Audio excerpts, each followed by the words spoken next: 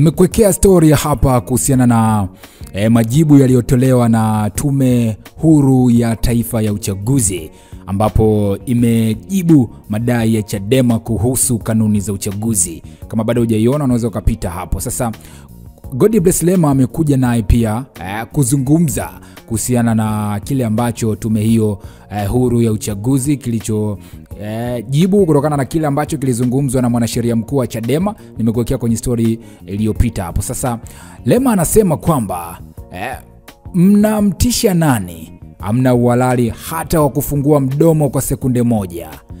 Ameilipua tume huru ya taifa ya uchaguzi hapa.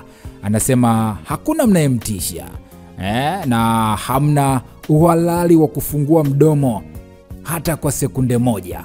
Amezungumza Godbless Lema kutokana na hiki ambacho tume kimesema kwamba wao namna ambavyo wanatafsiri kanuni hizo za uchaguzi huenda labda na tofauti na vile ambavyo mwanasheria mkuu wa chama hicho alivyotafsiri, lakini kikubwa zaidi ni mara baada ya Chadema kufungiwa kushiriki uchaguzi mpaka mwaka 2030. Umeelewa vizuri, kwa muda wa miaka 5 wamepigwa bani. Umeelewa vizuri. So na kusomea comment hapo, anasema kwa nini hamkusaini?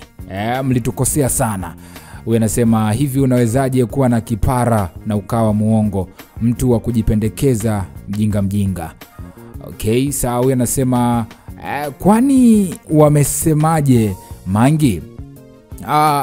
Kwa vile ambavyo mwanasheria mkuu wa Chadema alizungumza kwamba ni kama wakurugenzi hamini jaji pamoja na mkurugenzi mkuu wa tume ya taifa ya uchaguzi hawatendi kazi yao vizuri, kutokana na kile ambacho walikisema kwamba inatakiwa wajitathmini kama wanaweza kutekeleza majukumu yao baada ya kueleza kuwa chama kitashiriki uchaguzi mkuu 2025 kutokana na kugomea kusaini kanuni za maadili. Hicho ndicho ambacho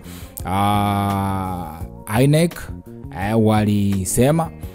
Kwa hiyo Chadema wakaja siku ya jana kwa kupinga maamuzi hayo, umeelewa vizuri, kupitia mwanasheria wao mkuu, na wakazungumza kwamba alichokifanya INEC hakiko sawa. Sasa Lema ameichukua hapa taarifa na kuandika hivyo kwamba mnamtisha nani? Hamna uhalali hata wa kufungua mdomo kwa sekunde moja.